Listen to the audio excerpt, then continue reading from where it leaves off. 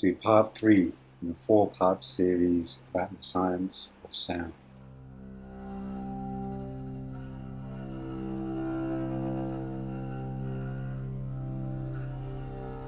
The third mode of vibration, which is known in Sanskrit as pasyanti, which means seeing.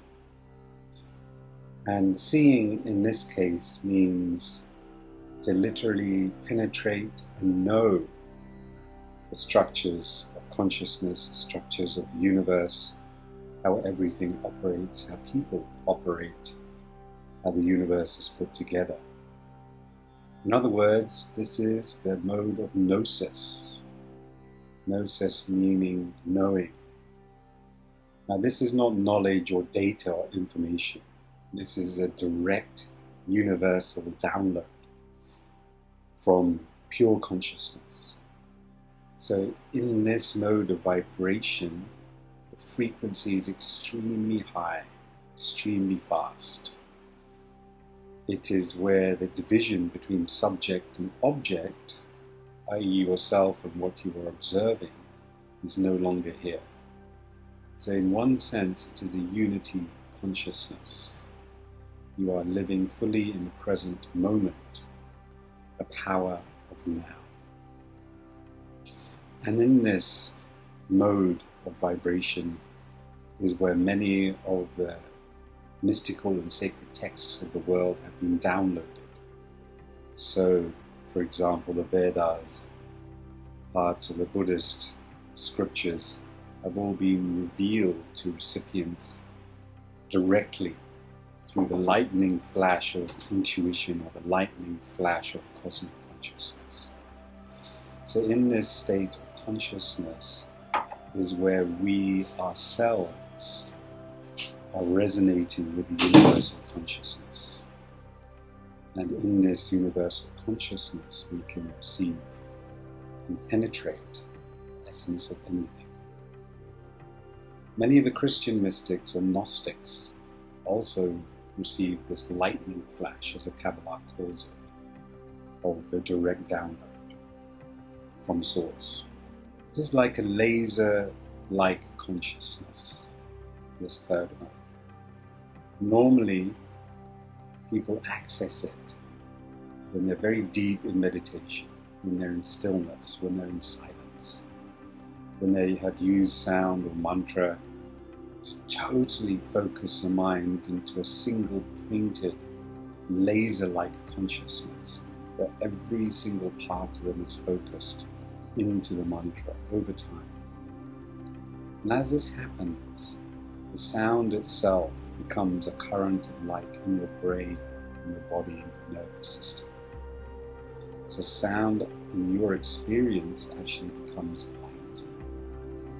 And as this current of light starts to happen, as the sound transforms in your perception, that's when the heartbeat slows down, the mind becomes totally quiet apart from this light, and the sound itself dissolves in your consciousness.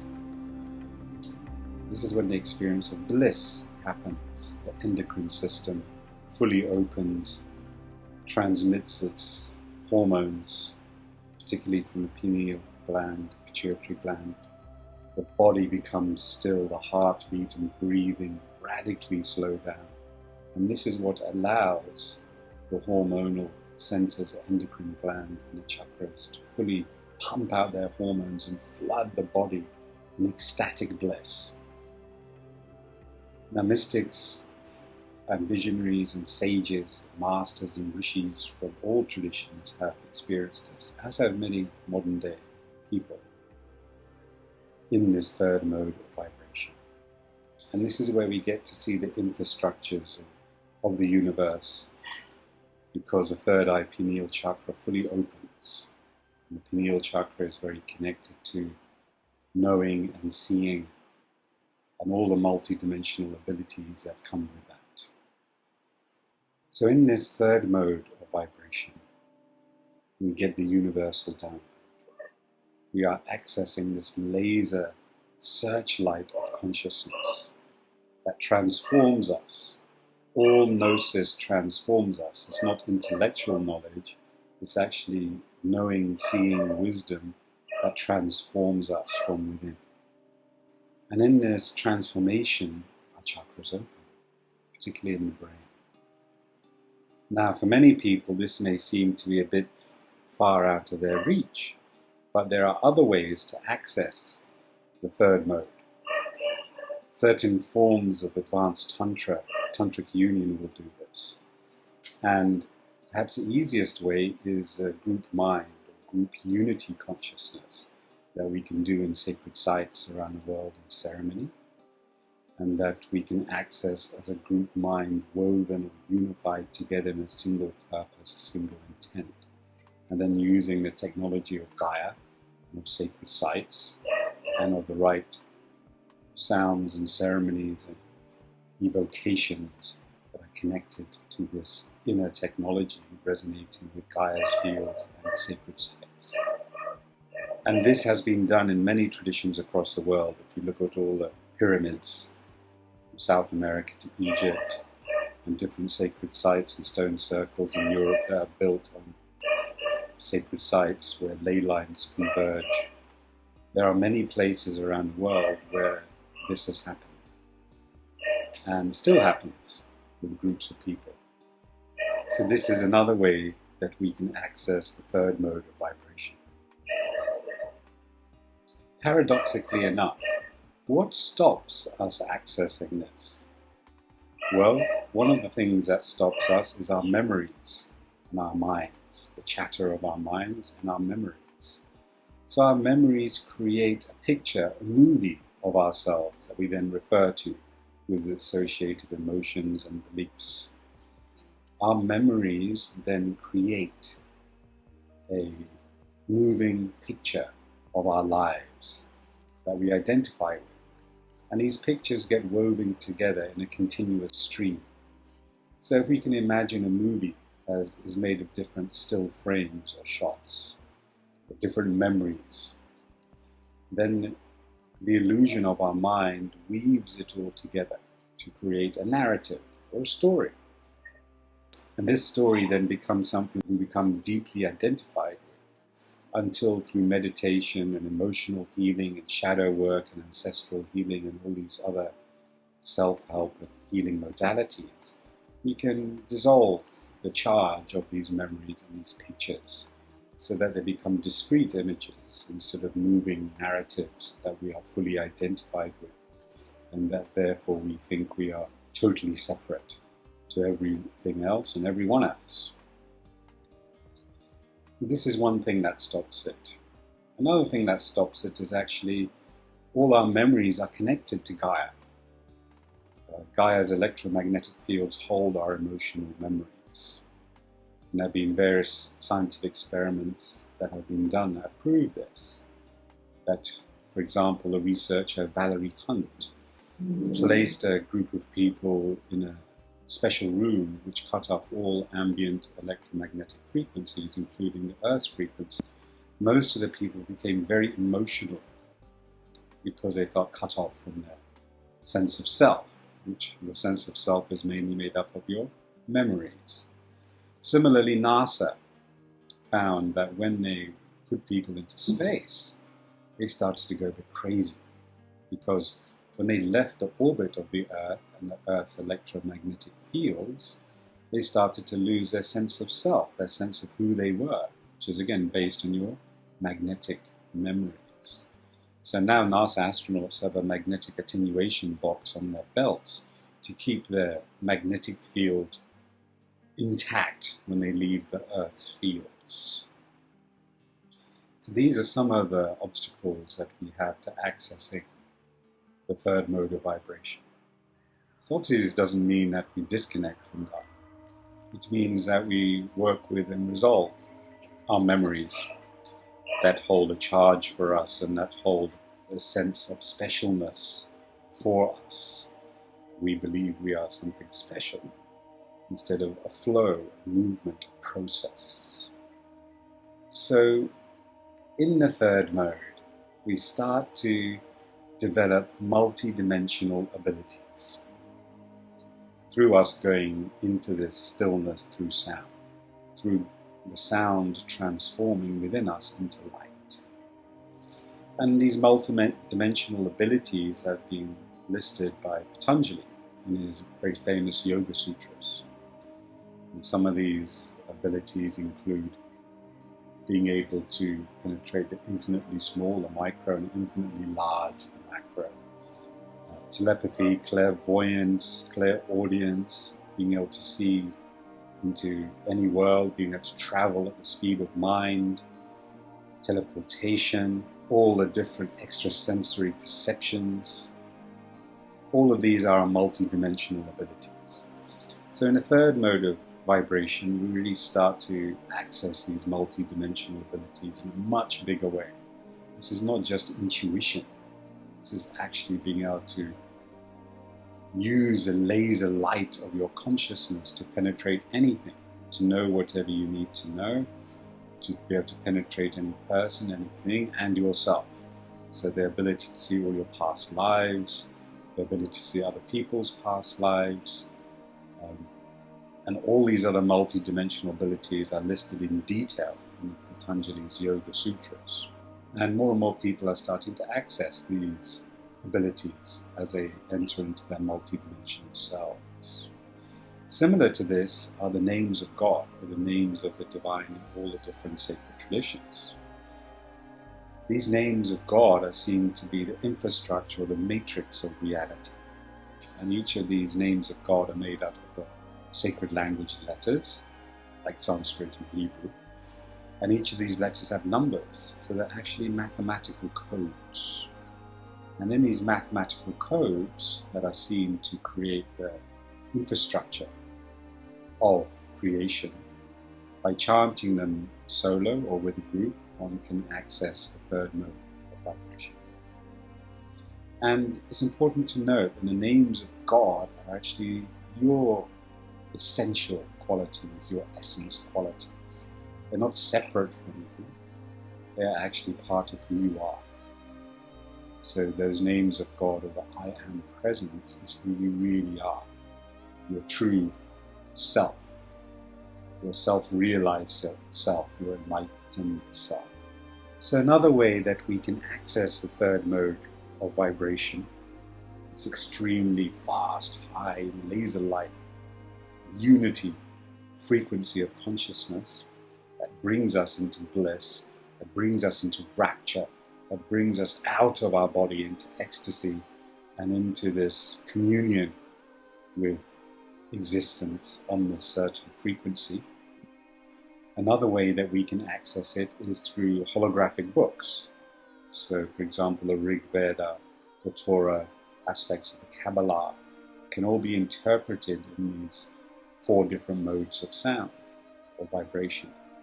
So as we start to understand it in these ways and chant them and actually internalize and weave those patterns of harmonious, coherent creation into ourselves and activate that within ourselves, then we can actually start to understand the nature of reality and access this mode of vibration. Similar to this is sound and DNA. So in the third mode of vibration, we can actually start to change, mutate, and reprogram our DNA in profound ways. Now, I'm not talking about subtle, little ways, let's say, changing certain aspects, but literally going into the DNA and reprogramming it, transforming it, and even mutating it in certain ways. So sound and DNA can really be accessed here, and the ability to change it can also be accessed here. And there's been a lot of research done by Russian researchers who have proved this, and in a very profound way, which I explain in detail in the book, The Science of Sound. In the third mode of sound, of vibration, we also access the 4 cycles of time.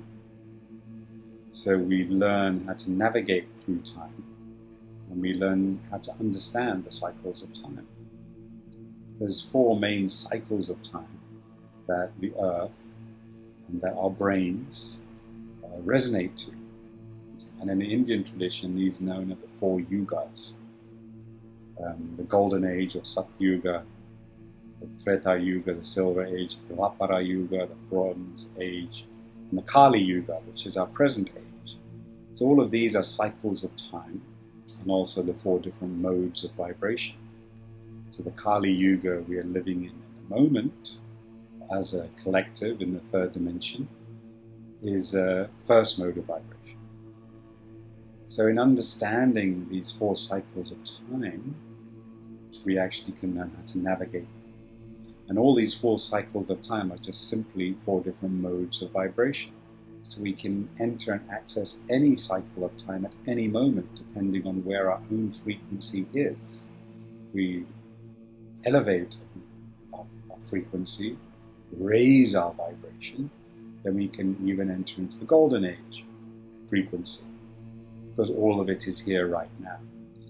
On the 3rd dimension, we as a collective experience it, these 4 modes of time, 4 modes of vibration, we experience it externally to ourselves. But it's all within us, and it can all be manipulated through raising our vibration. And armed with the knowledge of 4 modes of vibration and the 4 cycles of time, we can enter at will most of these modes, depending on our own consciousness and what inner work we have done to access that. So Gaia is also very connected to our existence and to the modes of vibration. And in the sphere or fields of Gaia is something known as a noosphere, wherein is recorded all the greatest inspirations and revelations and frequencies of the greatest sages and masters and visionaries that have ever been here on earth. So in this pool of wisdom or of Gnosis, by tapping into that, through Gaia's energy, through our own consciousness, through enacting sacred ceremonies at sacred sites where Gaia's energy is most powerful, by doing all of these things, we can tap into the noosphere, this brain of Gaia. And by tapping into this noosphere, we can tap into the 3rd mode of vibration. And by tapping into the 3rd mode of vibration, we actually become the Gnosis. So knowing or Gnosis, pure knowing beyond the rational linear mind or the subjective mind or intellectual knowledge or just data and information, by accessing this, we can actually become it. And this is the true meaning of Gnosis. We become that. We don't just know something intellectually, that wisdom actually transforms us. And in that transformation, we further deepen into the 3rd mode of vibration and beyond into the 4th mode of vibration. So we can tap into 3rd mode of vibration, but it takes time and some mastery, some self-mastery to do that. And the easiest way we can do it today is through the group mind at sacred sites, as it has always been done, and as it is still being done, in a lesser way, because not so many people have that knowledge or those codes today, but there are some people who do. And this is not a new age thing, this is actually a very profound no age thing or timeless technology of using the inner organic technology of our bodies, nervous system, heart, brain, chakras, endocrine glands, using our inner organic technology to resonate with Gaia's organic technology in order to propel and elevate us into the 3rd mode of pure knowing, pure seeing, being in the present moment, the power of now. Totally.